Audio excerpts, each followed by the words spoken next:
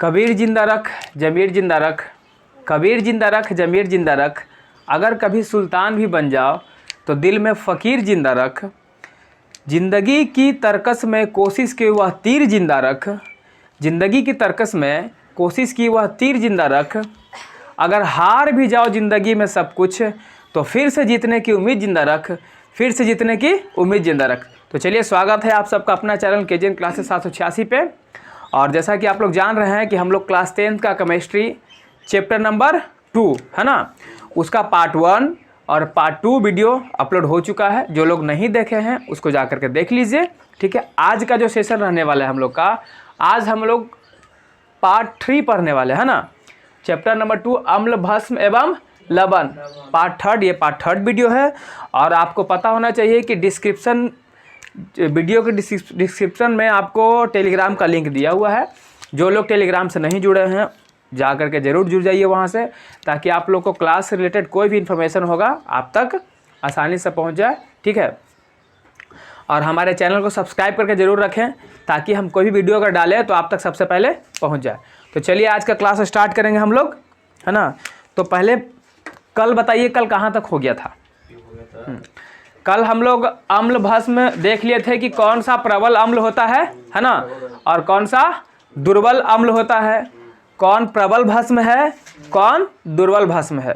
तो हम बताए थे कि प्रबल अम्ल किसे कहते हैं, तो बोले थे कि हाँ, वैसा अम्ल जो जल में घुलने पर, जब जल में पूर्णतः घुल करके काफ़ी ज़्यादा मात्रा में हाइड्रोजन आयन प्रदान करेगा तो हम उसको बोलेंगे कि प्रबल अम्ल है। और प्रबल अम्ल हम कितना बताए थे? 3 बताए थे। कौन कौन था?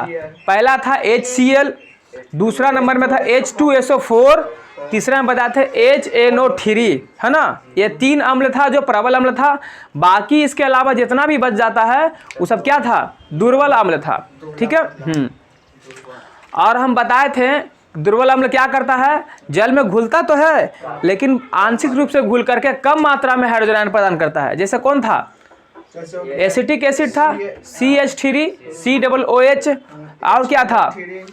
HNO3 था, फिर था हाँ H3PO4, H3PO फोरिक अम्ल, ये सब था। ये सब क्या था? ये सब क्या था? H3BO3 बोरिक अम्ल, ये सब था हमारा दुर्बल अम्ल। फिर बताए थे प्रबल भस्म और दुर्बल भस्म, ठीक है ना। प्रबल भस्म के एग्जाम्पल, ये क्या करेगा? जल में घुलेगा और घुलने के बाद बहुत ज़्यादा मात्रा में OH आयन देगा, OH नेगेटिव आयन देगा, OH माइनस आयन देगा। जैसे कौन कौन था? सोडियम हाइड्रोक्साइड NaOH, और एक क्या था? लिथियम हाइड्रोक्साइड LiOH, और एक क्या था? Potassium hydroxide KOH। इसको छोड़ने के बाद जो बचता है calcium hydroxide, magnesium hydroxide, lithium नहीं, लिथियम तो प्रबल हो गया ना, लिथियम प्रबल है ना। क्या था? अमोनियम हाइड्रोक्साइड, ये सब कौन सा अम्ल है? ये सब दुर्बल अम्ल है। यहाँ तक आपको हम कल बता दिए थे, ठीक है। आज हम पढ़ेंगे थोड़ा सा अम्ल, और हम देखते हैं सबसे पहले कि जैसे मान लीजिए आज कोई अम्ल है, क्या है? अम्ल है। अम्ल और पानी को अगर मिलाते हैं, ठीक है ना, तो क्या होता है? कोई अम्ल में अगर हम पानी को मिलाएंगे, ठीक है, कोई, या पानी में, अम्ल में तो पानी नहीं मिला सकते हैं लेकिन पानी में अम्ल मिलाएंगे, ठीक है। इस दोनों को मिक्स करते हैं तो पानी क्या हो जाता है? गर्म हो जाता है। क्या हो जाता है?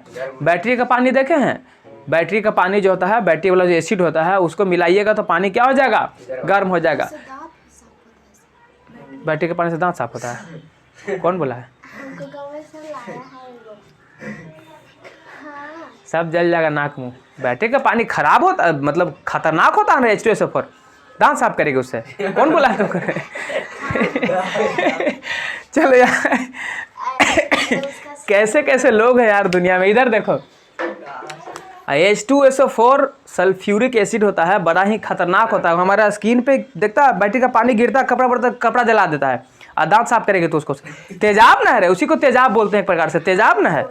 हाँ, यहाँ आइए। अब तुम बोलोगे कि सर HCl जो पेट में निकलता है ना सर, उससे भी तो हम एक आध दांत तो साफ कर लें। बर्बाद हो जाएगा सब दांत, तुम्हारा कहाँ जाएगा पता नहीं चलेगा। इधर देखो, तो अम्ल और पानी जब मिलता है ना तो उष्मा निकलता है। क्या निकलता है? उष्मा। और उष्मा निकलता है इसको क्या बोलते हैं? उष्मा छेपी। क्या बोलते हैं? उष्मा छेपी बोलते हैं। तो कहने का मतलब है अम्ल और जब पानी मिलेगा तो उष्मा निकलेगा। क्या निकलेगा? उष्मा निकलेगा। और इसी को हम क्या बोल सकते हैं? उष्मा छेपी अभिक्रिया बोल सकते हैं। इस अभिक्रिया को क्या बोल सकते हैं? हाँ, उष्मा छेपी। उष्मा छेपी अभिक्रिया। बहुत अच्छा, उष्मा छेपी अभिक्रिया बोल सकते हैं। ठीक है, ब्लू वाला। अच्छा, अगर मान लीजिए कोई भस्म है, क्या है? इस भस्म को अगर हम पानी में डाल देते हैं तो क्या हो सकता है? ये भी उष्मा शोषी नहीं यार, उष्मा शोषी कैसे होगा? अरे जैसे भस्म, देखो भस्म में तुम लोग चूना पत्थर लाते हो और पानी में, चूना भी क्षारीय है कि नहीं, भस्म है कि नहीं है, पानी में डालते हैं, भाप निकलता मतलब उष्मा निकलने लगता है। तो यहाँ से भी क्या होगा? उष्मा निकलेगा। देखो ऊपर की तरफ तीर दे रहे हैं मतलब उष्मा निकलेगा। ये भी कैसा अभिक्रिया हो जाएगा? ये भी हो जाएगा हमारा उष्मा छेपी अभिक्रिया। यानी इसमें क्या क्या मिला सकते हैं? चूना पानी मिला देंगे, मिलाएंगे। हाँ, इसको चेक करना है तो HCl ले लो, हाइड्रोक्लोरिक अम्ल ले लो, पानी उसमें मिला दो। ठीक है, तो इस प्रकार से हम बता सकते हैं। तो इसमें कोई दिक्कत है आपको? नहीं। अब हम अम्ल को बांटेंगे। अम्ल को बांटेंगे किस आधार पर? तो पानी में अम्ल के आधार पर। किसके आधार पर? पानी में अम्ल के आधार पर। ये दो प्रकार के होता है, एक होता है तनु अम्ल और एक होता है सांद्र अम्ल। तनु अम्ल का क्या मतलब होता है कि अम्ल के अपेक्षा पानी ज्यादा होगा। अम्ल के अपेक्षा पानी ज्यादा, यानी कोई विलयन है अम्ल और पानी का, जेकरा में पानी ज्यादा है और अम्ल कम है, तो बोलेंगे कि तनु अम्ल है। कैसा अम्ल है? और अगर अम्ल ज्यादा है और पानी कम है तो बोलेंगे कि ये सांद्र अम्ल है। कैसा अम्ल है? सांद्र अम्ल है। तो देखो यहाँ पर हम अम्ल को बांट रहे हैं। अम्ल को किस आधार पर? पानी में अम्ल के आधार पर। पानी में हम पानी में अम्ल के आधार पर बांट रहे हैं। सबसे पहला जो हमारा होगा तनु अम्ल। कौन सा अम्ल? तनु अम्ल। और दूसरा हम क्या बोले? सांद्र अम्ल। बुक पढ़ के आया था तू लोग? हैं? वीडियो देखा था? देख क्या है पीछे वाला वीडियो? पढ़ने के लिए पढ़ी थी? हैं? झूठ बोलेगी, दांत तोड़ देंगे तुम्हारा हम। चलो यहाँ देखो, तनु अम्ल और सांद्र अम्ल। हम अभी तनु अम्ल के बारे में क्या बता रहे थे कि वैसा अम्ल, क्या हो जाएगा? वैसा अम्ल जिसमें पानी की अपेक्षा अम्ल की मात्रा काफी कम हो, तो उस अम्ल को क्या बोलेंगे हम? तनु अम्ल बोलेंगे। ठीक है ना? तो लिख दीजिए वैसा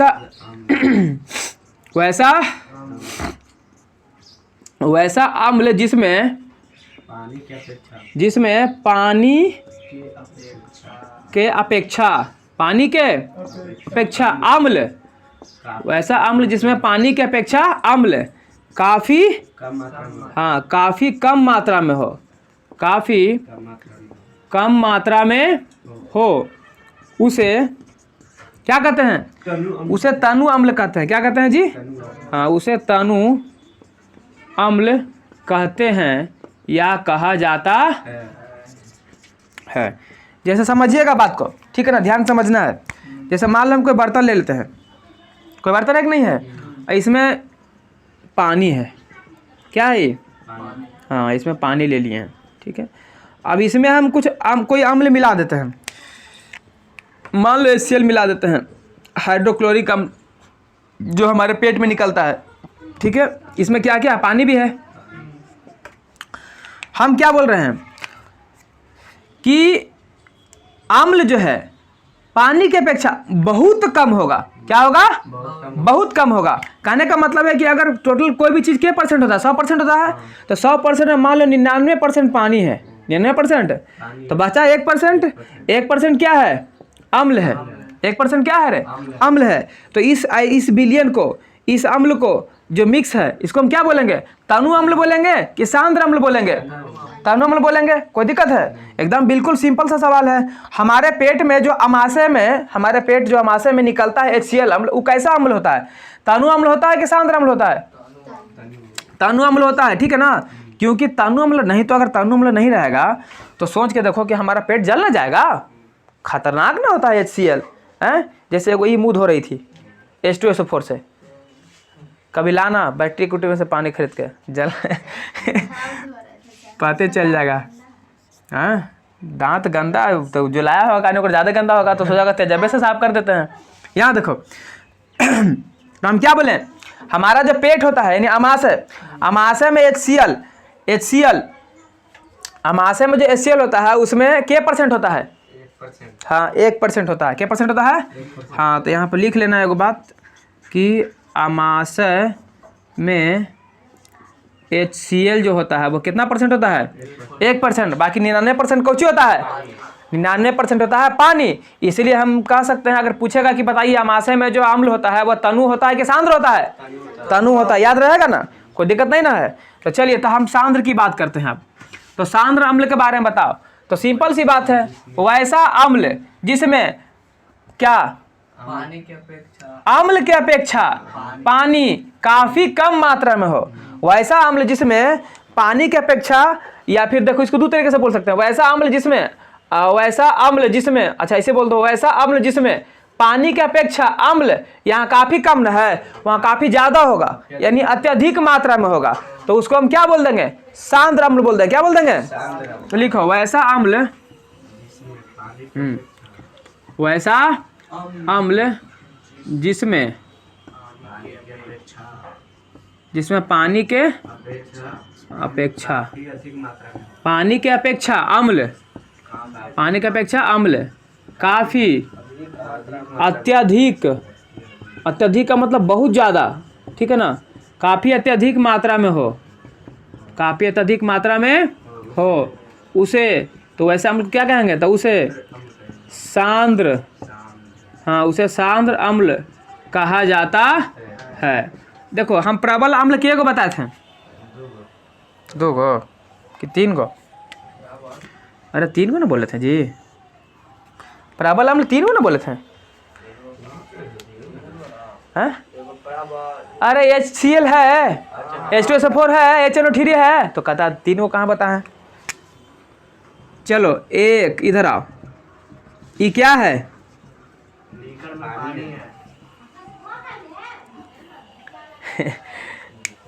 सब जगह पानी रहेगा खाली, याद रखो कौन है यार?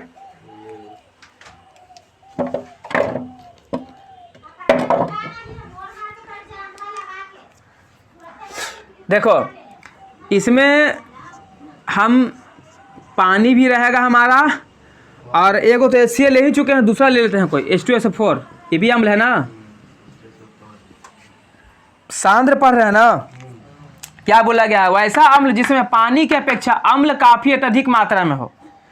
तो कोई भी चीज़ 100% में रहेगा, तो हम ऐसा मान लेते हैं, हम पूरा का पूरा मान लेते हैं कि अगर ये सांद्र है यानी कि इसमें जो है अम्ल बहुत ज़्यादा है और पानी बहुत कम है, मतलब पानी नहीं के बराबर भी हो सकता है। तो हम ये भी कह सकते हैं कि H2SO4 हम अगर 100% रखते हैं तो पानी के %? अगर H2SO4 100% तो पानी के %? 0%। तो पानी एकदम नहीं के बराबर है ये नहीं है, सीधे तौर पर कहो तो H2SO4 खाली है, तो इसको हम क्या बोलेंगे? कैसा अम्ल बोलेंगे? सांद्र अम्ल बोलेंगे, ठीक है ना। कैसा अम्ल बोलेंगे?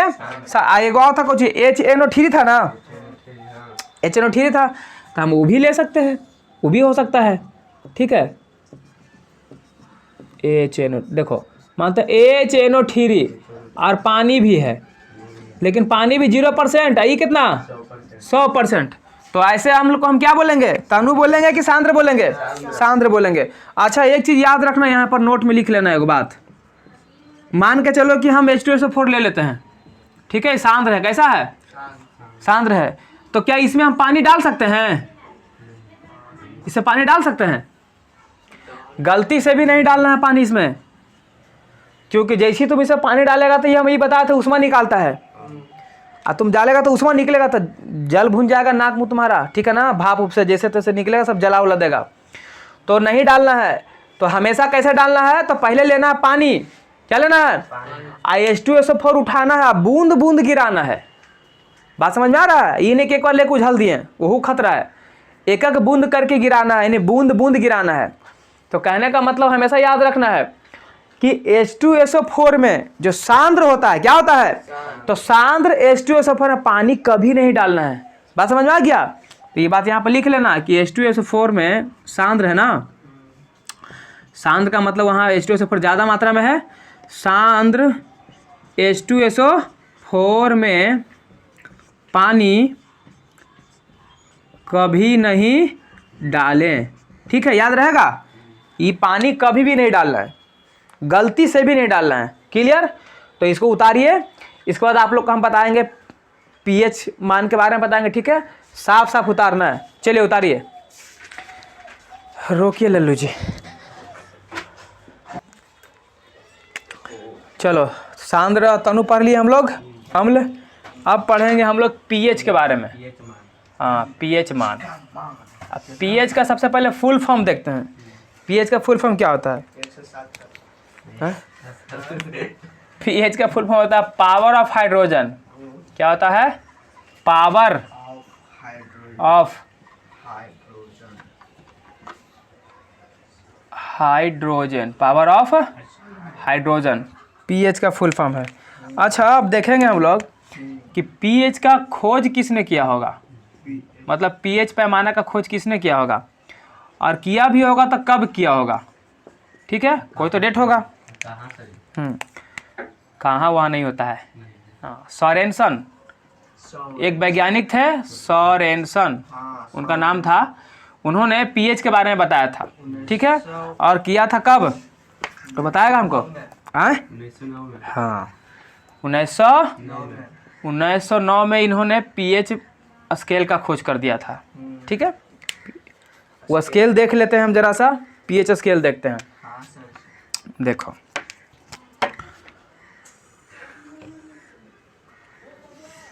बीच में रहेगा 7। कितना रहेगा? 7। ऐसा घंटे जाओ तो 6, 5, 4, 3, 2, 1, 0। ठीक है, इसको आगे बढ़ा देते हैं। क्या हो गया? ये 0 हो गया। ठीक है ना, चलिए इधर आ जाओ। 8, 9, 10, 11, 12, 13, 14। बहुत अच्छे। चलो, तो यहाँ पे बैंड हो गया, आकर के ब्लॉक हो गया। हाँ, 0 से लेकर 14 तक होता है पीएच स्केल पे मान इसका। इसी के बारे में सोरेनसन वैज्ञानिक ने खोज किया था, 1909 में किया था। यही है पीएच स्केल। क्या है ये? हाँ, इसी को बोलते हैं पीएच स्केल। पीएच स्केल हमारा यही है। ठीक है ना। अब यहाँ ध्यान से समझियो, अगर किसी भी कोई भी चीज़ हो, उसका अगर पीएच वैल्यू 7 रहेगा, कितना रहेगा? 7, तो हम उसको बोलेंगे कि उदासीन है। क्या है? उदासीन है, यानी कि ना तो ये खट्टा है और ना ही कड़वा है, मीठा है ना ही कड़वा है। अगर 7 से कम, तो 7 से कम तो क्या होता है? अम्ल होता है कि भस्म होता है? तो 7 से कम तो अम्ल हो जाएगा, और अम्ल बोले तो स्वाद में खट्टा, और 7 से बढ़ेगा तो भस्म। क्या हो जाएगा? यानी स्वाद में। और हम बताए थे कि जो भस्म जल में घुलेगा उसको क्या बोलेंगे? क्षार। यानी हम भस्म को क्षार भी बोल सकते हैं। जो भस्म को क्या बोल सकते हैं? क्षार भी बोल सकते हैं। तो और अगर पूरे 7 रहेगा पीएच मान, तो क्या हो जाएगा? देखो, जल स्वाद में कुछ लगता है नहीं ना, तो जल क्या है? उदासीन है। यानी जल का पीएच मान कितना होना चाहिए? 7 होना चाहिए। बोलिए, कुछ हुआ? 7 होना चाहिए। एक चीज याद रखना, 7 से जैसे जैसे दूर जाएगा अम्ल की प्रबलता वैसे वैसे बढ़ता जाएगा। मतलब जितने ज्यादा दूर अम्ल उतने प्रबल, और 7 से इधर अगर बढ़ेंगे तो जितने ज्यादा दूर उतने भस्म। बात समझ में आ रहा है? हाँ, तो यानी कहने का मतलब है कि अगर हम 7 से इधर आएंगे तो अम्लीय मान में वृद्धि होगा कि कमी होगा? हाँ, कमी बोलता है, उठा के पटक देंगे। हाँ, अम्लीयता क्या होगा इसका? अम्लीयता क्या होगा? बढ़ेगा ना। हाँ, जब इधर से इधर आएंगे तो अम्लीयता बढ़ता है, अम्लीयता। लेकिन वही जब यहाँ से हम इधर जा रहे हैं दाहिने तरफ, तो यहाँ पर क्या होगा? भस्मीयता क्या होगा? यानी भस्मीयता बोले तो क्षारीयता, क्योंकि भस्म को क्षार बोल रहे ना। घटेगा कि बढ़ेगा? हाँ, बढ़ेगा। क्षारीयता बढ़ता है, क्षारीयता बढ़ता है। अब जैसे समझो, इसको एग्जांपल से समझ लेते हैं। मान लो कि कोई पदार्थ रहेगा, कोई वस्तु रहेगा, उसका पीएच मान दे देगा, ठीक है। पीएच मान आपको मिलेगा। जैसे मान लीजिए 5 है, 6.5 है, 1 है, 1.5 है, सब पीएच मान दे दिया, ठीक है।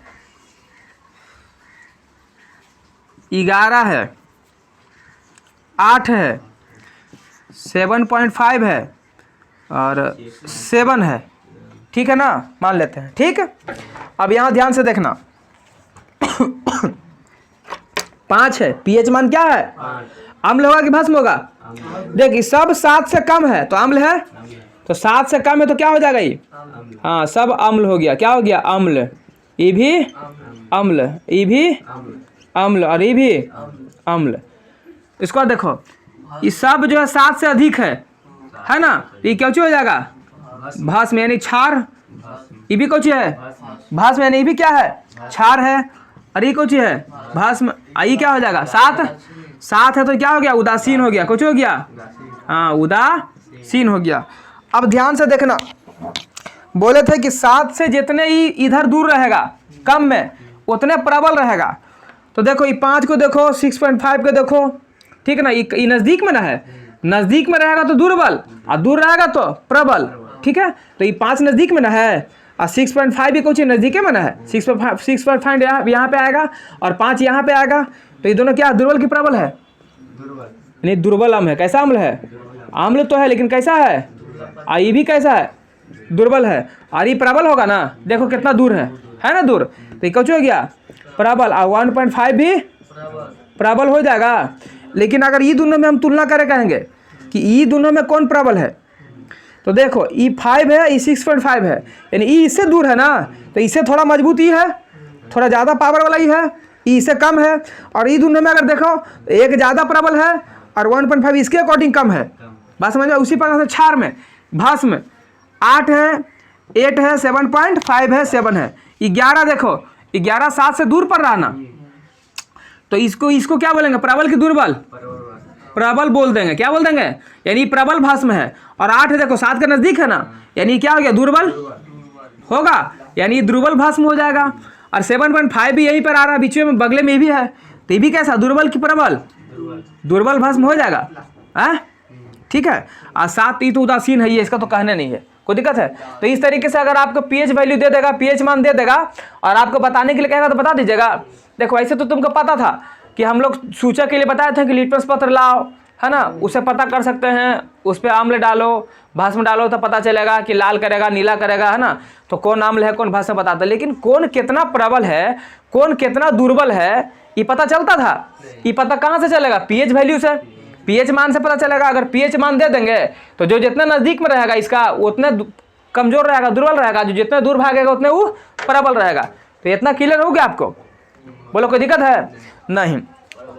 तो हम पीएच का परिभाषा दे देंगे, अब यहीं पर दें।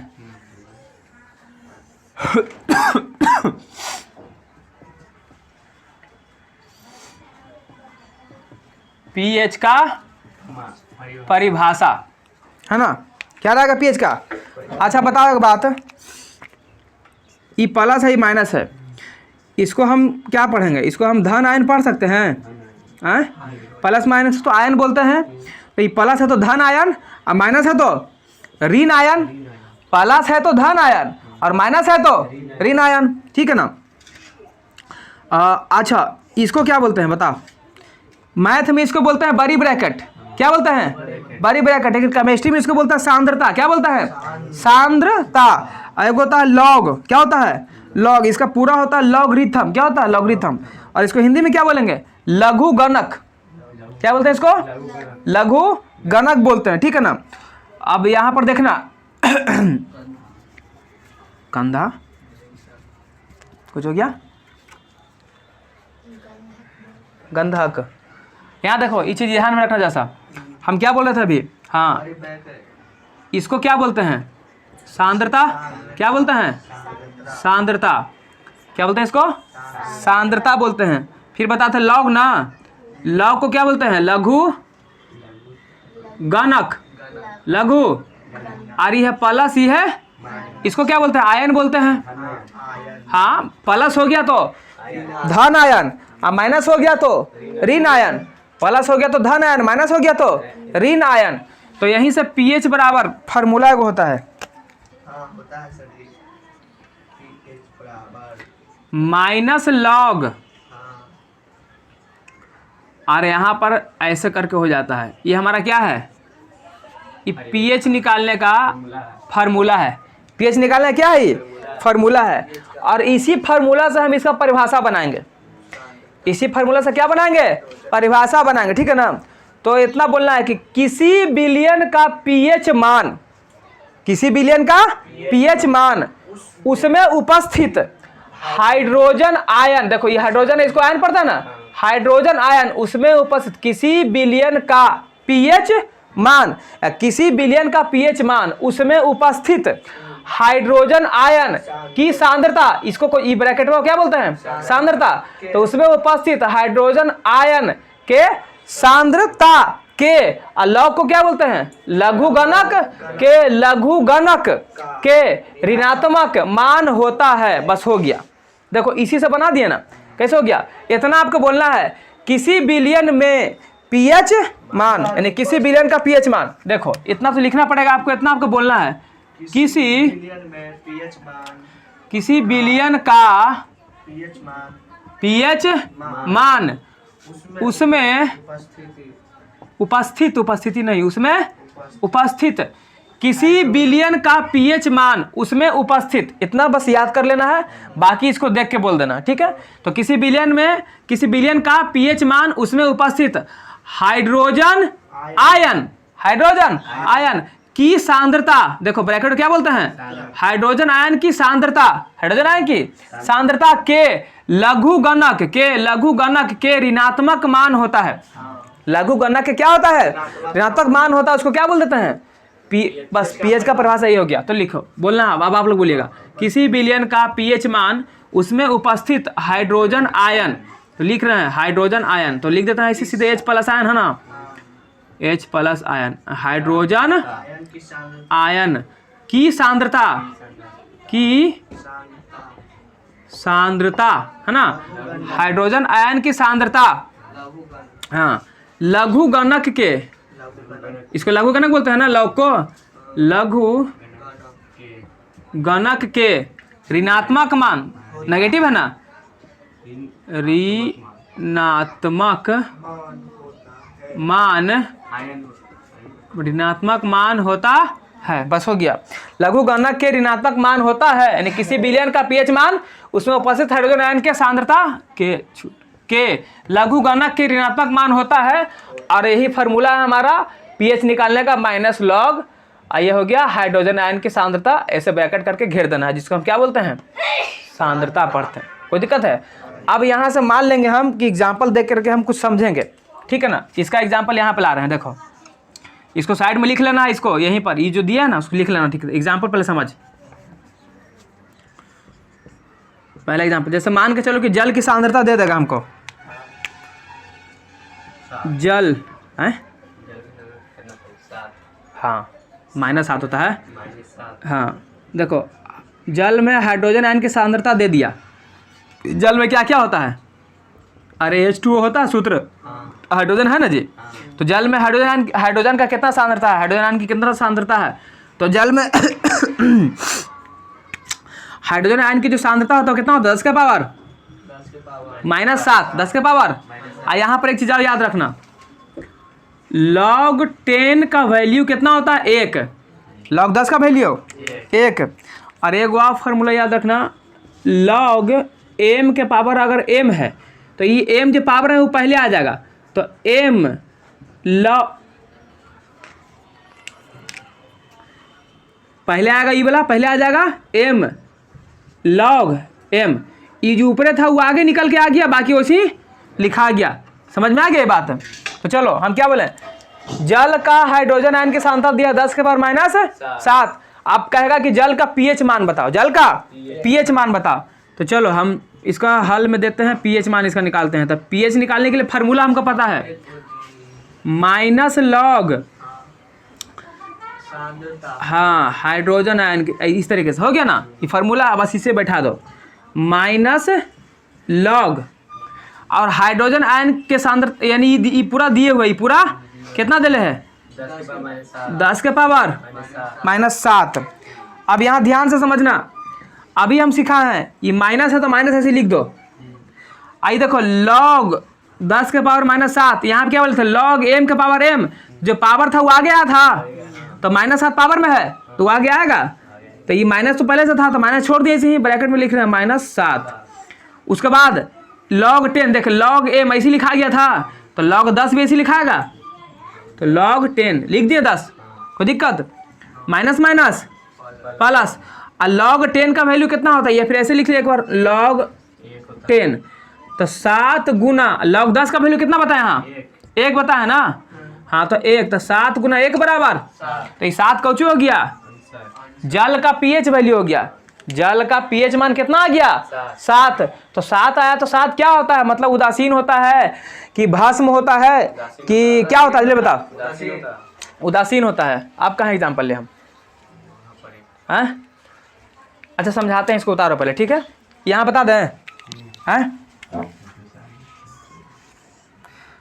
दूसरा यहाँ पर लिखना है, ठीक है, पहला था दूसरा यहाँ पर। मान लो कि कोई बिलियन रहेगा, ठीक है, कोई बिलियन रहेगा और उस किसी बिलियन का हाइड्रोजन आयन की सांद्रता दे देगा, जैसे ले लेते हैं कि किसी बिलियन का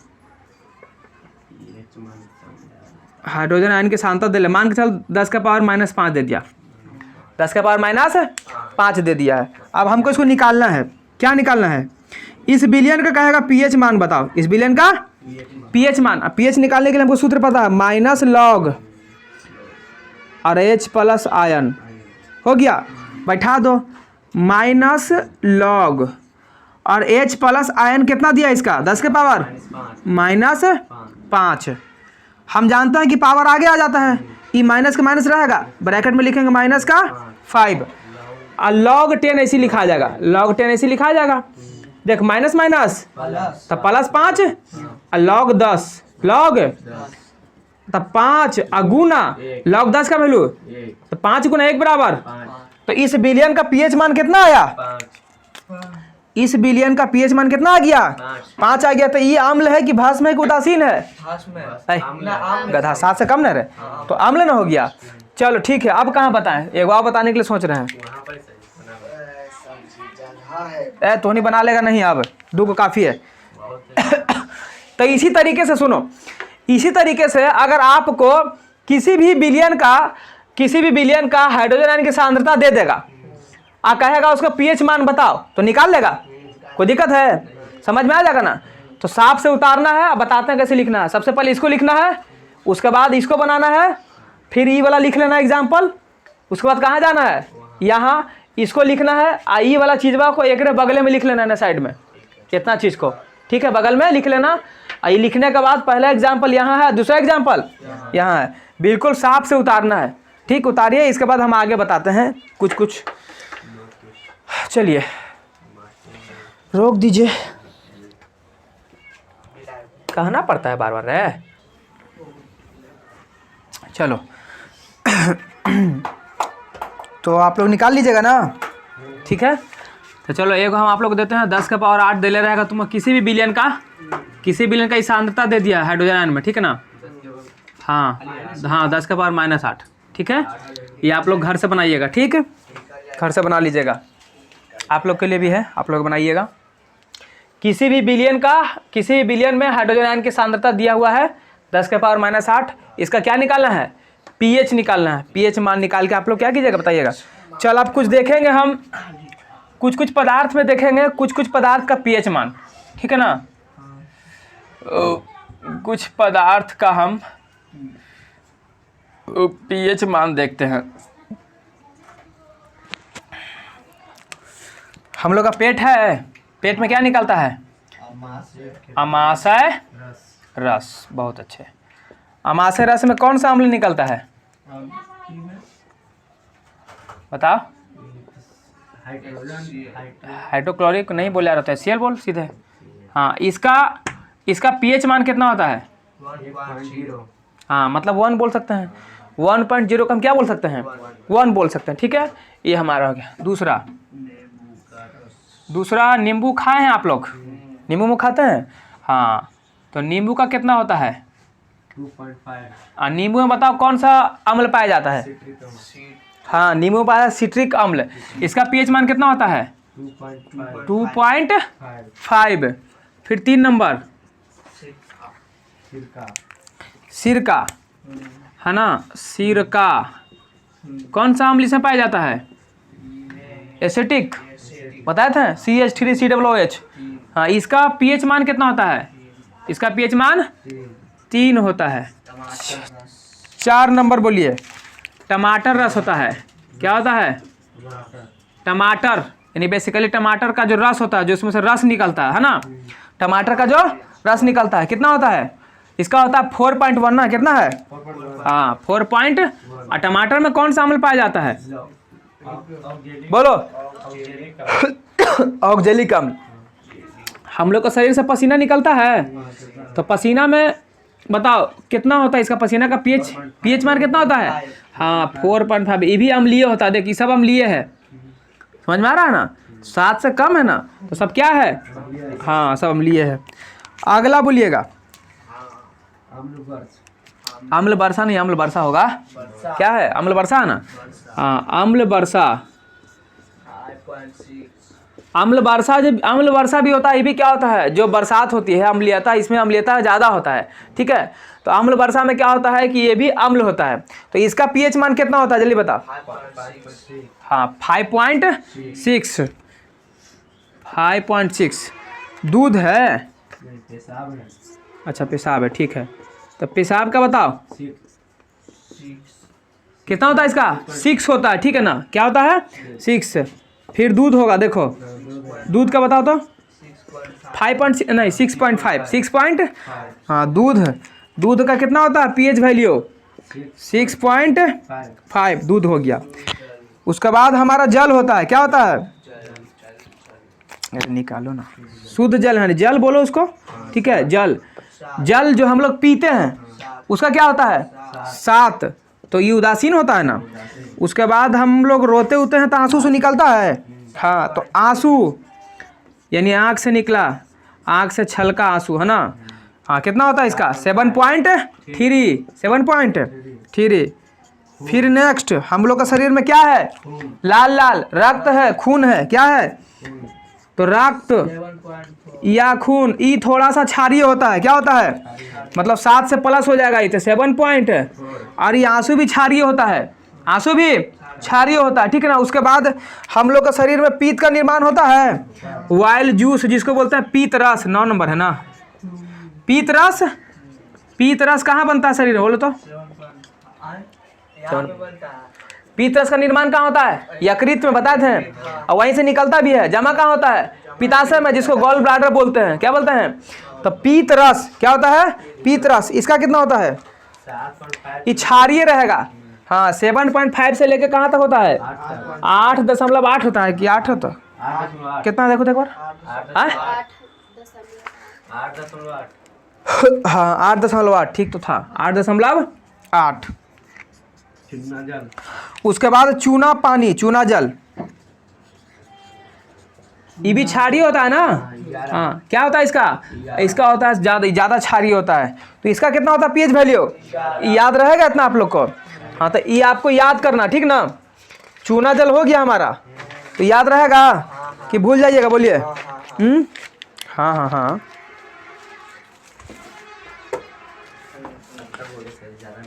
अभी है, इसके बाद थोड़ा सा और बताएंगे, उसके बाद लवण के बारे में बताएंगे। अब थोड़ा सा हम देखेंगे। अच्छा ये बताओ पहले, इसके पहले बताए थे कि कोई अम्ल है और अगर ये किसी धातु के साथ रिएक्शन करेगा तो हम बोले थे हाइड्रोजन गैस देता है, बोले थे। हैं यानी कि लवण बनाता है और लवण के साथ H2 गैस निकलेगा। अम्ल भस्म रिएक्शन करेगा तो लवण जल बनाएगा, अम्ल धातु रिएक्शन कर रहा है तो लवण बनाएगा और साथ में हाइड्रोजन गैस भी निकलेगा। लेकिन अगर वही अम्ल, ये आपको पढ़ा चुके पहले, ठीक है ना। लेकिन वही अम्ल अगर कोई धातु के कार्बोनेट, क्या हो गया? कार्बो या, इसका मतलब समझता है ना, या बाइकार्बोनेट, बाइकार्बोनेट इसके साथ अभिक्रिया करेगा, ठीक है ना। बाइकार्बोनेट के साथ अगर अभिक्रिया करेगा तो क्या बनाएगा देखो, तो ई बना देगा जाकर के लवण बनाएगा, साथ में जल बनाएगा और CO2 बनाएगा। क्या बनाएगा? CO2 बनाएगा। अच्छा, कार्बोनेट का मतलब क्या होता है समझ लो पहले। देखो, कार्बोनेट का मतलब होता है CO3। CO3 को क्या बोलते हैं? कार्बोनेट। और एगो ई बाइकार्बोनेट बोले हैं ना, तो बाइकार्बोनेट। तो कार्बोनेट क्या है, खाली लगा दो H, क्या लगा दो? तो HCO3, तो इसको क्या बोल देंगे? हाँ, तो बाइकार्बोनेट। यानी कि हम शॉर्टकट में अगर लिखना चाहें इसको तो लिखेंगे अम्ल प्लस धातु, अम्ल प्लस धातु के क्या? कार्बोनेट ना। तो कार्बोनेट को लिखते हैं CO3 या फिर बाइकार्बोनेट, तो HCO3। ये दोनों मिलके क्या करेगा? रिएक्शन करेगा, तो क्या बनाएगा? लवण बनाएगा और जल, जल का सूत्र H2O, और साथ में क्या बना रहा है? CO2 बना रहा है ना। बोलो कोई दिक्कत है यहाँ तक? नहीं। तो चलो अब हम इसको एक उदाहरण से समझ लेंगे सबसे अच्छा, ठीक है ना। एग्जाम्पल लेंगे और समझेंगे, ठीक है। तो हम लेते हैं कोई धातु का कार्बोनेट, जैसे देखो ZnCO3 जिंक कार्बोनेट। ये जस्ता है, जस्ता एक धातु है और CO3 कार्बोनेट है, तो जस्ता धातु का कार्बोनेट ले लिए ना। और साथ में हमको कोई अम्ल लेना है ना, तो हम H2SO4 लेते हैं, H2SO4। इसको अभिक्रिया कराओ, तो अब तुम लोग को तो आता है रे, आगे प्लस पीछे, आगे प्लस पीछे। ये जस्ता ये हाइड्रोजन है, जस्ता इसको मार के भगाएगा हाइड्रोजन को, यहाँ चल जाएगा, तो बनाएगा ZnSO4 ना, ठीक कहाँ से ZnSO अब प्लस, ये तो जान रहा कि बनेगा, और साथ में जल बनता है और CO2 बनता है, तो लिख दो ऐसे ही कि जल और CO2। देखो, जब भी धातु, जब भी अम्ल धातु के कार्बोनेट या बाइकार्बोनेट से अभिक्रिया करेगा, तो सिर्फ तुमको एक ऊपर खाली ध्यान रखना, बाकी ये दोनों फिक्स है। जल और CO2 क्या है? फिक्स है, उसमें कोई दिक्कत नहीं है। अब हम जैसे दूसरा लेते हैं, सोडियम बाइकार्बोनेट NaHCO, सोडियम धातु है ना। HCO3 मतलब बाइकार्बोनेट लिए हैं अबरी, इसको अभिक्रिया कराओ अम्ल के साथ, तो एगो अम्ल लेते हैं HCl, क्या ले रहे हैं? अब ये है सोडियम, आगे प्लस पीछे, आगे प्लस पीछे। अभी सोडियम चल जाएगा यहाँ पर, तो हो जाएगा NaCl, जिसको नमक बोलते हैं, और साथ में क्या बन जाएगा? और CO2, जल और बनेगा कुछ। हाँ, चलो अब हम एक और अगला ले लेते हैं। चल, कैल्शियम कार्बोनेट CaCO3 प्लस, साथ में क्या ले लें बोलो? यही ले लो, H2SO4 ही ले लेते हैं, ठीक ना। H2SO4 अभिक्रिया कराओ, तो देखो ये कैल्शियम है, ये हाइड्रोजन है, यहाँ पे जाएगा तो बन जाएगा calcium sulphate CaSO4, calcium sulphate, और साथ में एगो बनेगा जल, क्या बनेगा? जल, और क्या बनेगा? CO2। ये समझने में दिक्कत है आपको? नहीं ना, कोई परेशानी? तो इसको उतार लीजिए फट से। उसके बाद हम एगो लास्ट बताएंगे खाली इसमें क्या, कि हमारे दैनिक जीवन में हमारे pH का क्या क्या महत्व है, वो बता करके आज क्लास उतना ही तक रखेंगे, ठीक है। बाकी नेक्स्ट साफ साफ उतारना है इसको। देखो इसमें, देखो इसमें कौन कौन याद रखना, एगो जल वाला याद रख लेना, इंपॉर्टेंट है, ठीक है। एगो जल वाला याद करना, एगो खून वाला याद करना, रक्त, ठीक है ना। ऐसे इंपॉर्टेंट सब है, लेकिन मेन रूप से ये दो को तुमको पक्का याद होना चाहिए, एक खून का और एक जल का, ये दो का पक्का याद रखना, ठीक ना। बाकी याद तो सबको करना है, लेकिन दो को मेन रूप से याद रहे, ठीक है। चलो रोक दो, पढ़ेगा नहीं तो अपने अपने पास हो जाएगा सब, है। खाना रखा जाएगा, हाथ नहीं लगाएंगे तो खा लेंगे, पेट में चल जाएगा। तो ये सब पढ़वे नहीं करता है, खाली छापता है सब। तोरा बोले तो डंडा ले, कहा नहीं लाया डंडा रे? याद नहीं रहता है, लेके आएंगे, खाली कहती है लेके आएंगे, पिटाई का डर सब लाता नहीं है, तो नहीं कब लाठी से मारेंगे हम, पढ़ता उड़ता नहीं तो नहीं सब। चलो देखो सर, अब हम देखेंगे कि दैनिक जीवन में pH मान का महत्व। दैनिक जीवन में पीएच का महत्व, कि हमारे दैनिक जीवन में आखिर पीएच का क्या क्या महत्व है। तो दैनिक जीवन में तो पीएच का महत्व तो हमने के शरीर के अंदर ही से स्टार्ट होता है। हमारे शरीर में पेट है, अमाशय है, और वही निकलता है क्या, HCl। क्या निकलता है, अमाशय रस निकलता है। पीएच वैल्यू कितना होता है उसका, अमाशय का, अब ये ना बता रहे, 1 होता है। वहीं से कहानी शुरू हो जाएगा। यानी कि जो हमारा अमाशय है वो किसका हिस्सा है, हमारे शरीर के पाचन तंत्र का हिस्सा है। और पाचन तंत्र यानी अमाशय से क्या निकलता है, एसिड निकलता है।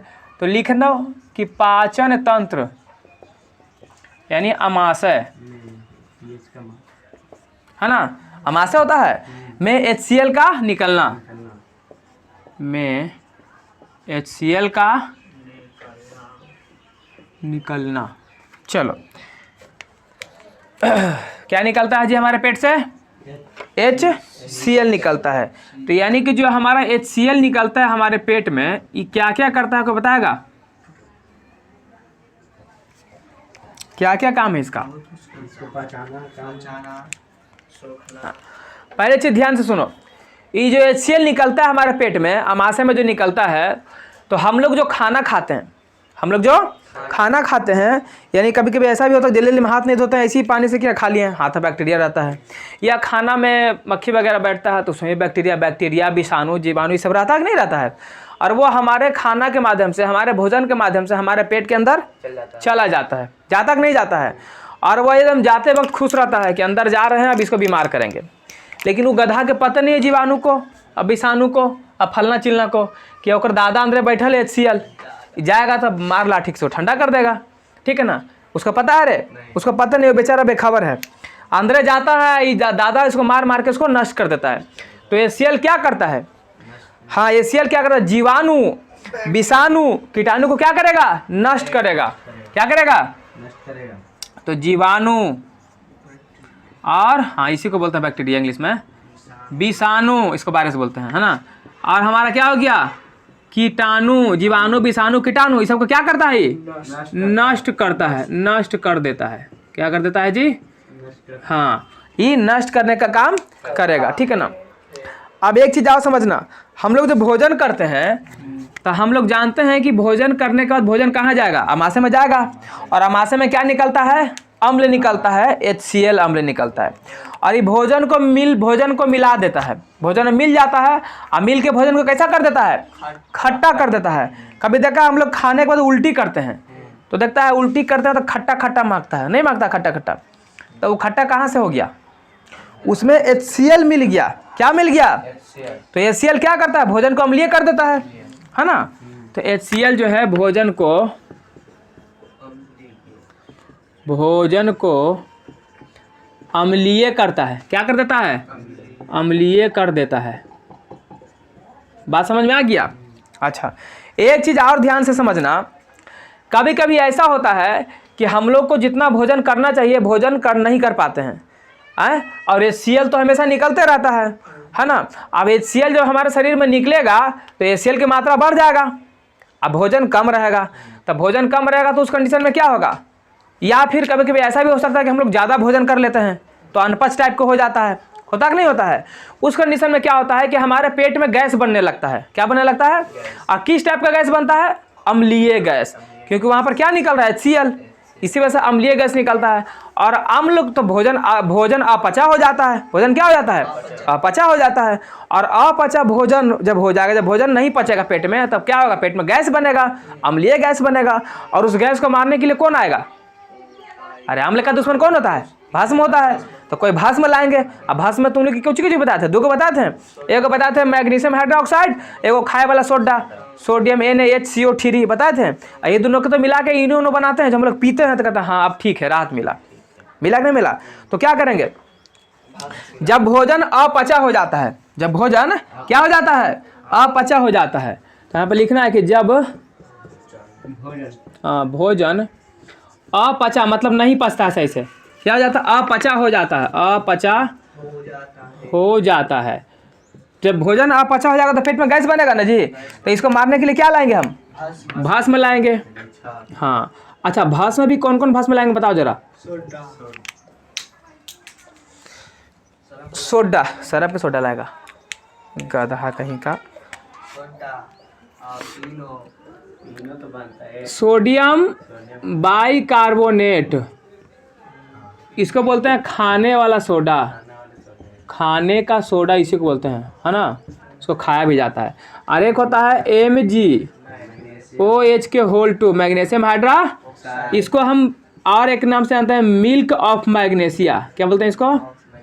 Milk of magnesia, milk of magnesia ये बोलते हैं। और यही दोनों के मिला करके हम क्या बनाते हैं? इनो लवण बनाते हैं। क्या बनाते हैं? इनो, यानी कि इनो में यही दोनों रहेगा। बात समझ में आ रहा है? मिश्रण से तैयार करेगा इनो, और इनो पियो और गैस खत्म।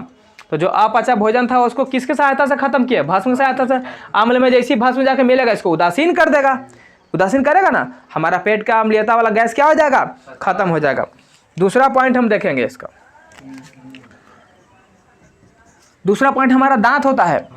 तो हाँ, अम्ल का दांतों पर प्रभाव चेक करें। क्या करेंगे? हाँ, अम्ल का दांतों पर प्रभाव, अम्ल का दांतों पर प्रभाव, कि जब हमारा अम्ल जो है हमारे मुंह के अंदर जाएगा तो हमारे दांत पर क्या क्या प्रभाव देगा, क्या क्या प्रभाव करेगा। तो आपको पता होना चाहिए कि आप कुछ मीठा सामान खाते हो, शर्करा वाला सामान, मीठा कुछ भी खाते, जैसे चॉकलेट खा लिया, ज़्यादा मिठाई खा लिया, है ना, इसे मीठा है। तो मीठा खाने के बाद क्या होता है कि हमारे जो दांत में जो बैक्टीरिया होता है वो मीठा को क्या करता है? अम्ल में बदल देता है। किसमें बदल देता है? अम्ल में बदल देता है। और जैसे ही हमारे दांत में अम्ल का माध्यम बढ़ेगा, क्योंकि हमारे दांत में तो लार भी होता है, सलाइवा होता है, जो क्या होता है? क्षारीय होता है। लेकिन वो क्या करता है कि उस अम्ल को थोड़ा बहुत खत्म करता है, पर पूरा खत्म नहीं कर पाता है। तो बचे कुचे को खत्म करने के लिए हम क्या करेंगे? भस्म। तो भस्म और किसमें मिलेगा? हम लोग कोलगेट करते हैं, ब्रश व्रश करते हैं ना, टूथपेस्ट लाते हैं, लगाते हैं, वो टूथपेस्ट ही भस्म का होता है। कैसा होता है? क्षारीय होता है। तो वहाँ अंदर अम्ल बैठा हुआ, इधर से भस्म दे रहे हैं, लगड़ते हैं ऐसे कर करके, तो अम्ल भस्म मिलेगा तो क्या हो जाएगा? नॉर्मल हो जाएगा, न्यूट्रल हो जाएगा, उदासीन हो जाएगा, तो हमारा दांत बच जाएगा ना। तो अम्लीयता, अम्ल जो दांत में जो अम्ल जो हो गया था, जो बैक्टीरिया बदल दिया मीठा को अम्ल में, वो किसको नुकसान करता था? तो दांत में एक परत होता है एनामेल, जिसको हिंदी में बोलते हैं दंत बलक, पढ़ाए थे आप लोग को, याद होगा, जो हमारे शरीर का सबसे कठोर तत्व होता है। पूछेगा हमारे शरीर का सबसे कठोर तत्व क्या है? तो दंत बल्क यानी एनामेल। एनामेल जो दांत में होता है, दांत के ऊपरी पर जो चमकते रहता है उजला उजला, ठीक है ना, वही होता है एनामेल। उसको क्या कर रहा था? वो नुकसान करने लगता है, उस पर उसको वो नष्ट करने लगता है। क्या करने लगता है? तो जब दांत अम्ल पे दांत का प्रभाव क्या है? तो सबसे पहले जो परत होता है, कौन सा परत? तो एनामेल की परत। क्या? एनामेल की परत को क्या करता है? यानी एनामेल को नष्ट करता है। एनामेल को, हाँ, एनामेल को नष्ट करता है। तो एनामेल को नष्ट कौन करता है? जल्दी बताओ। हाँ, अम्ल। अम्ल करता है, अम्ल ना करता है। ये देखो, हम पूछे एनामेल को नष्ट कौन करता है, तू बोला अम्ल, सही बोला। तू कुछ बोलता है भस्म करता है। मतलब हम अगर उल्टा बोलेंगे तो टोनी अपन डायरेक्शन चेंज कर देगा कि सारे जी बोल दिए तो हम गलती बोल देते हैं। भरोसा रखो यार थोड़ा बहुत, हमसे ही मिस्टेक हो सकता है। इधर आओ। अब हम बचाने के लिए क्या कर सकते हैं? भस्म लाते हैं। हाँ, ये भी कन्फ्यूजन में है। अम्ल अंदर पड़ल था, तब अम्ल से बचाने के लिए अपने दांत को हम क्या करेंगे? कोई भस्म चाहिए ना, तो भस्म करने मिलेगा। टूथपेस्ट में सुबह से उठ के ब्रश नहीं करता है टूथपेस्ट, और टूथपेस्ट कैसा होता है? भस्मीय होता है ना, भस्म। या फिर देहात में दतमन मिलता है नीम का, दतमनों में सबसे अच्छा नीम का दतमन, ओकर रस भस्मीय, रस बताएगा कड़वा लगता है, भस्मीय होता है। तो नीम का दतमन, नीम का दतमन, दतमन होता है कि दतमन होता है? कुछ होता है दतमन, दतमन। चलो ठीक है, लिख लेना तुम लोग। दतंत मन लिख दिए रे, दंतमन ना। चलो, टूथपेस्ट। तो आप ये सब यूज करके अपने दांत को सड़ने से बचा सकते हैं, ठीक है ना। दांत को सड़ने से क्या कर सकते हैं? बचा सकते हैं। अब हमारा तीसरा नंबर जो आएगा वो हमारे शरीर में मांसपेशियों से रिलेटेड हो जाएगा, यानी हमारे शरीर में लैक्टिक अम्ल बनने लगेगा। क्या बनने लगेगा? लैक्टिक अम्ल। तो तीसरा पॉइंट है कि हमारे शरीर में लैक्टिक अम्ल, लैक्टिक नहीं, लैक्टिक का बनना, लैक्टिक अम्ल का बनना। देखो, अब हम देखते हैं कि हमारे शरीर में लैक्टिक अम्ल कैसे बनता है। आपको पता है कि हमारे शरीर में क्या होता है, पहले से बता। ग्लूकोज होता है C6H12O6। अरे ग्लूकोज किस, इसको मिलेगा ऑक्सीजन, तो क्या क्या बना लेगा बता। H2O जल बनाएगा, और क्या बनाएगा CO2, और साथ में ऊर्जा निकलता है ना। हम लोग खाना पीना खाते हैं उसमें कार्बोहाइड्रेट होता है ना, और सांस लेता ऑक्सीजन होता है, दोनों मिलकर लड़ता है अंदर जा करके बनाता है जल, CO2 और ऊर्जा। यही ऊर्जा का हमको ज़रूरत रहता है। लेकिन जब कोई आदमी ज़्यादा हार्डवर्क करेगा, सुनो है, जब कोई आदमी ज़्यादा हार्डवर्क करे, जैसे मानो खिलाड़ी बहुत ज़्यादा खेल लिया, कोई मजदूर बेचारा बहुत ज़्यादा काम कर लिया है, तो वो थक जाता है। क्या करता है, थक जाता है। देखता है ज़्यादा दौड़ेगा तो हाँफने लगेगा, कुत्ता का जैसा हाँफता है ऐसे करके, तो वो हाँफने लगता है। ठीक है, तो क्यों हाँफ रहा है, उसके शरीर में ऑक्सीजन की कमी हो जाती है। क्या हो जाती है, ऑक्सीजन की। और जब ऑक्सीजन प्रॉपर नहीं मिलेगा ना, तो ये ग्लूकोज जो ये बना रहा था ऑक्सीजन से मिल करके जल, CO2 और ऊर्जा, ये बनेबे नहीं करेगा। ये कौन बना देगा, ये बना देगा लैक्टिक अम्ल। क्या बना देगा, हाँ ये बना देगा सीधा लैक्टिक अम्ल। लैक्टिक अम्ल जैसी कमी होगा ना, देख तीर लगा दे नीचे, मतलब ऑक्सीजन की क्या हो गया, कमी। तो जैसी कमी होगा तो क्या बना देगा, लैक्टिक अम्ल। और जैसे तुम्हारे शरीर में लैक्टिक अम्ल बनेगा ना, तो जो हमारा शरीर का जो मांसपेशी है, इसे बहुत जोर से दर्द होने लगता है, देह हाथ ऐंठने लगेगा। कभी कभी देखता है तो लोग काम करते थक जाता है तो पूरा देह हाथ ऐसे ऐंठने लगता है। क्यों, तुम्हारे शरीर में ऑक्सीजन की कमी हुआ, तुम ज़्यादा थक गया है, तो ज़्यादा थकावट के कारण लैक्टिक अम्ल बना। और लैक्टिक अम्ल जैसे शरीर में बनेगा तो देह हाथ ऐंठने लगेगा। बात समझ में आ रहा है। तो यहाँ पर हम क्या बोल सकते हैं कि हमारे शरीर में लैक्टिक अम्ल का बनना, और ये क्यों बनेगा, तो थकावट में बनता है। किसमें बनता है, थकावट में। ठीक है ना, तो यहाँ पर लिखो कि थकावट में बनेगा। किसमें बनेगा, क्या बनेगा, देखो तो C6H12O6, ग्लूकोज तो पहले से बैठल था, और ऑक्सीजन की क्या हो गया, तीर नीचे दिए, इसका मतलब क्या हुआ, कमी। बात समझ में आ रहा है। तो जैसी कमी होगा तो ये क्या बना देगा, बनाना चाहिए था उसको ई वाला जल, CO2 और ऊर्जा, लेकिन वो बनाएगा कुछ ही लैक्टिक अम्ल बनाएगा। क्या बना देगा,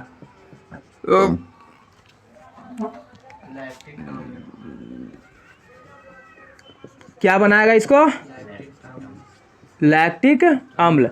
और जैसे ही लैक्टिक अम्ल बनेगा तो क्या होगा, दिल बता। हाँ, हमारा शरीर में ऐंठन होने लगेगा, शरीर ऐंठने लगेगा, ममोड़ने लगेगा। ठीक है ना, हाँ जादू दिखाएगा। चलो अगला जो पॉइंट हमारा होने वाला है, आप लोग देखते होंगे कि कोई कोई बर्तन में काला काला दाग लग जाता है। हाँ, दाग धब्बा लगता है ना, उस दाग धब्बा को दूर करने के लिए क्या करते हैं, उस पर नींबू का रस निचोड़ दो। ठीक है, नींबू का रस निचोड़ो और उसको नींबू का रस ऐसे लगड़ दो, साफ हो जाएगा, यानी चमक जाएगा।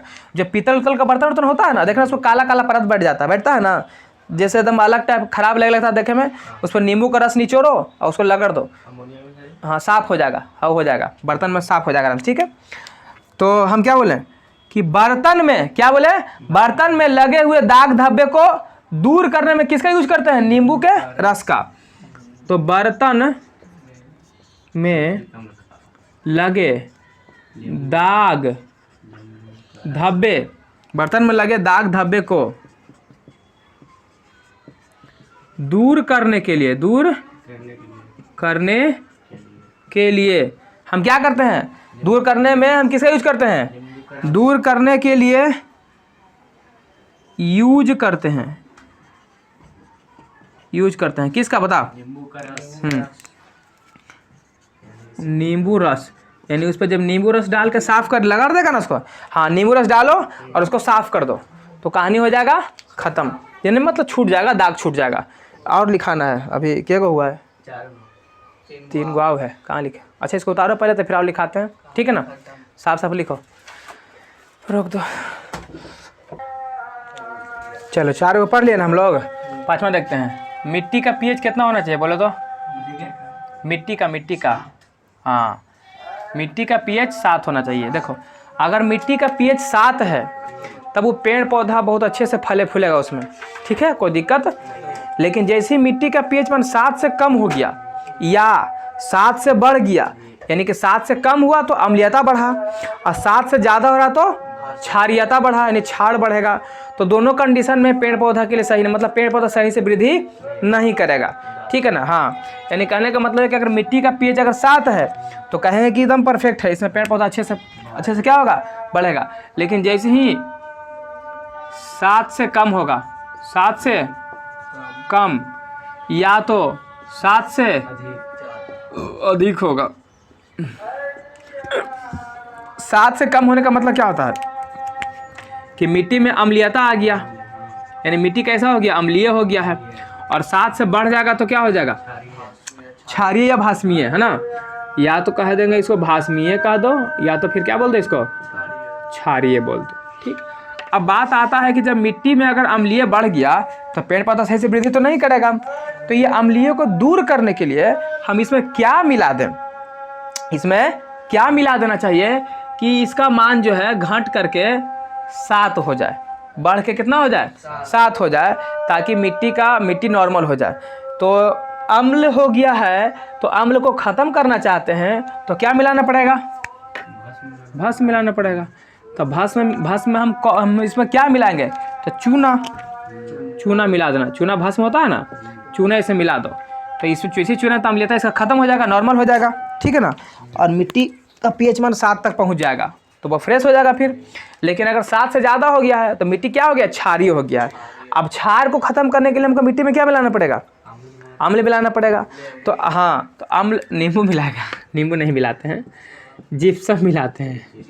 हाँ, क्या मिलाते हैं, जिप्सम। जिप्सम का सूत्र होता है CaSO4 × 2H2, ये सब आगे पढ़ेगा, ठीक है ना। कैल्शियम सल्फेट × 2H2 ये जिप्सम का सूत्र होता है। जब इसको आप मिला दीजिएगा ना इसमें, तो ये 7 जो बढ़ा हुआ ना मान, ये घट जाएगा और 7 तक पहुंच जाएगा, तो हमारा मिट्टी क्या हो जाएगा, सही हो जाएगा, जिसमें आसानी से पेड़ पौधा क्या हो सकता है, उग सकता है।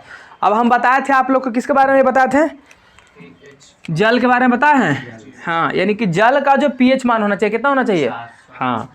तो जल का अगला है कि जल का pH मान कितना होना चाहिए, 7 होना चाहिए, है ना। अच्छा, क्यों होना चाहिए बताएगा कोई,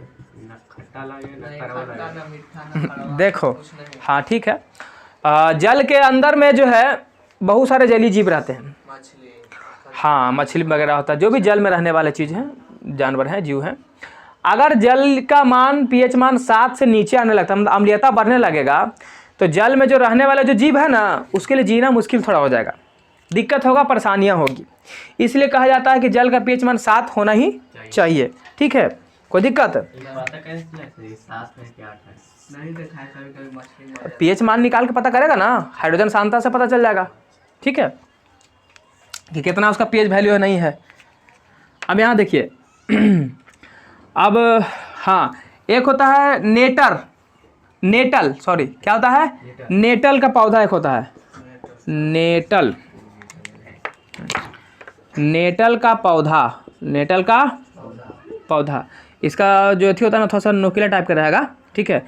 नेटल का पौधा, या इसी को हम 2-3 और नाम से जानते हैं, बिछुत्ती बोलते हैं उसको, क्या बोलते हैं, बिछुत्ती, या होता है उत्तकुशी, है ना, बिछुत्ती, हाँ, बिछुत्ती, या उसी को बोलते हैं कुर्सी नहीं रहे, उत्कुशी का पौधा, नेटल का पौधा, या बिछुत्ती या उत्कुशी। जैसे देखो तोहनी के 4-5 का नाम रहता है ना, मंगरुआ, छंगरुआ, वैसे ही नेटल के पौधा को हम बिछुत्ती बोल सकते हैं, बिछौतिया नहीं समझ जाना, उत्कुशी भी बोलते हैं। अब यहाँ पर ध्यान से समझना है, ये जो बिछुत्ती है, उत्कुशी जो है ना, ये स्थानीय नाम है। कैसा नाम है, नेटल का एक स्थानीय नाम है, इसको अन्य नाम से लोग क्या करते हैं, जानते हैं। बेसिकली ये सब उत्कुशी वगैरह जो है, बिछुत्ती, सब तो एक ही पौधा है। ये होता क्या है, अगर ये आपके स्किन में या त्वचा में टच कर जाएगा ना, तो जैसी जहाँ पर टच करेगा तो आपको खुजली होने लगेगा, क्या होने लगेगा, आप उछलने लगिएगा, है ना। क्यों, क्योंकि इसमें निकलता है फॉर्मिक अम्ल।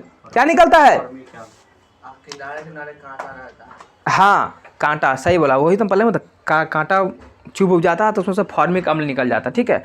फॉर्मिक अम्ल, जिसका एक और नाम होता है मेथेनोइक अम्ल, मेथेनोइक अम्ल को ही हम फॉर्मिक अम्ल बोलते हैं। और फॉर्मिक अम्ल और कहाँ पाया जा रहा था, चींटी के डंक में, बिच्छू के डंक में, मधुमक्खी के डंक में, इस सब में पाया जाता है। इसलिए लहरता है, काटता है, तो ठीक है ना। जिसमें ज़्यादा रहेगा ज़्यादा लहरेगा, कम रहेगा कम लहरेगा।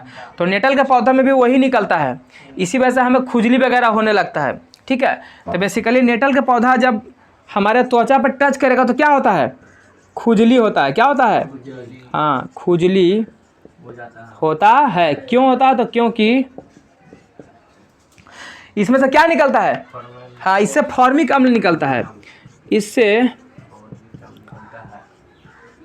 फॉर्मिक अम्ल, जिसको मेथनोइक अम्ल भी बोलते हैं, फॉर्मिक अम्ल निकलता है। निकलता है। अब मान के चलो कि नेटल का पौधा स्किन पर लग गया और खुजली होने लगा, तो उसको दूर करने के लिए कुछ चाहिए ना, दवाई वाई हैं? तो दूर करने के लिए क्या होगा? तो दूर करने के लिए एक वहीं पे पौधा रहेगा जहाँ पर ही मिलेगा ना, नेटल या बिछुत्ती या उत्कुशी जिसको बोल रहे हैं, जो पौधा मिलेगा ना, ये सब कहाँ पर होता है? ये सब झाड़ी उड़ी में होता है। कहाँ पर होता है? झाड़ी वगैरह में होता है। हाँ, देखा है, जानता है इसको? बोला था ना किनारे किनारे कांटा रहा हाँ हाँ हाँ, किनारे किनारे कांटा रहता है। हाँ, आया इसी के बगल में एगो बगले में उगल रहेगा डॉग पौधा। डॉग पौधा जो लोग जानता है वो क्या करेगा कि जैसे ये होता है भस्मीय, कैसा होता है? ये अम्लीय है ना। नेटल का पौधा कैसा है? अम्लीय। तो ये ई को चाहिए, भस्म। आम लोग को कौन मारेगा? तो जैसे ही मान के चलो खुजली होने लगा तो ओकर बगले में ठीक उगल रहेगा कौन? डॉग पौधा। जो लोग का पता रहेगा, और डॉग का पौधा क्या करेगा? तोड़ेगा, तोड़ के उसका रस चुआ देगा, ऐसे लगड़ गुड़ देगा, तो तुरंत खत्म हो जाएगा खुजली उजली। ठीक है, तो खत्म होता है, कट्टल में रहेगा जो खून। हाँ, तो हम यहाँ पे बोल रहे हैं। कैसे हाँ, तो जैसे लगड़ दीजिएगा ना उसको, रस उसका जब निकलेगा ना, उस पर लगड़िएगा ना, तो खुजली आपको क्या हो जाएगा? खत्म हो जाएगा। बात समझ में आ रहा है? तो डॉग पौधा हम लगाएंगे, डॉग पौधा लगाएंगे किस लिए? खुजली को खत्म करने के लिए। यानी जहाँ पर नेटल का पौधा मिलेगा वहीं पर क्या रहेगा? हाँ, तो यहाँ पर एगो नोट में लिख लेना। नोट में क्या लिखेंगे? बोलो। जहाँ उत्कुशी होगा, उत्कुशी से क्या बोल रहा है? जहाँ उत्कुशी होगा वहीं साथ साथ क्या होगा? डॉग पौधा भी होगा। तो लिख लेना कि जहाँ पौधा है, कुत्ता नहीं है, डॉग मने। जहाँ उत्कुशी होगा, जहाँ उत्कुशी होगा वहाँ वहाँ क्या होगा? जहाँ उत्कुशी होगा वहाँ वहाँ डॉग पौधा पास में ही रहेगा। जहाँ उत्कुशी होगा वहाँ डॉग पौधा भी साथ में होगा। डॉग पौधा भी हाँ साथ में होगा। मतलब जहाँ उत्कुशी वहाँ डॉग, दोनों मिलेगा। यानी इधर से खुजली हो रहा तो होने से लगने लगा कर क्या कर दो? उसको छुड़ा दो। तो आज के लिए इतना ही रखेंगे, ठीक है? और बाकी कल हम लोग पढ़ेंगे लवण के बारे में, ठीक है ना? तो समझ में आया आप लोग को? कोई दिक्कत नहीं यहाँ तक? आप लोग को समझ में आया? अगर समझ में आ रहा है आप लोग को तो लाइक शेयर ज़रूर कीजिए, दोस्तों में शेयर ज़रूर कीजिए, सब्सक्राइब भी करवाइए। क्लास 10 का जितना बच्चा है सबको भेजिए, ठीक है? और उसके बाद एक प्यारा सा कमेंट दीजिए, क्लास मेरा कैसा लगा आपको। और टेलीग्राम से ज़रूर जुड़िए। अगर मेरा वीडियो आप लोग को नहीं मिलता है तो मेरे फोटो पे क्लिक करके प्लेलिस्ट में जाइए, उसमें सारा आपको वीडियो मिल जाएगा। सबका अलग से बना हुआ है, बायोलॉजी का अलग है, केमिस्ट्री का अलग है, फिजिक्स का अलग है, सब बना हुआ है। और अगर नहीं मिलता है तो जो चैप्टर आपको चाहिए उस चैप्टर का नाम दीजिए और अंत में खाली बोलना है बाई KGN क्लासेस 786, वीडियो आपको मिल जाएगा।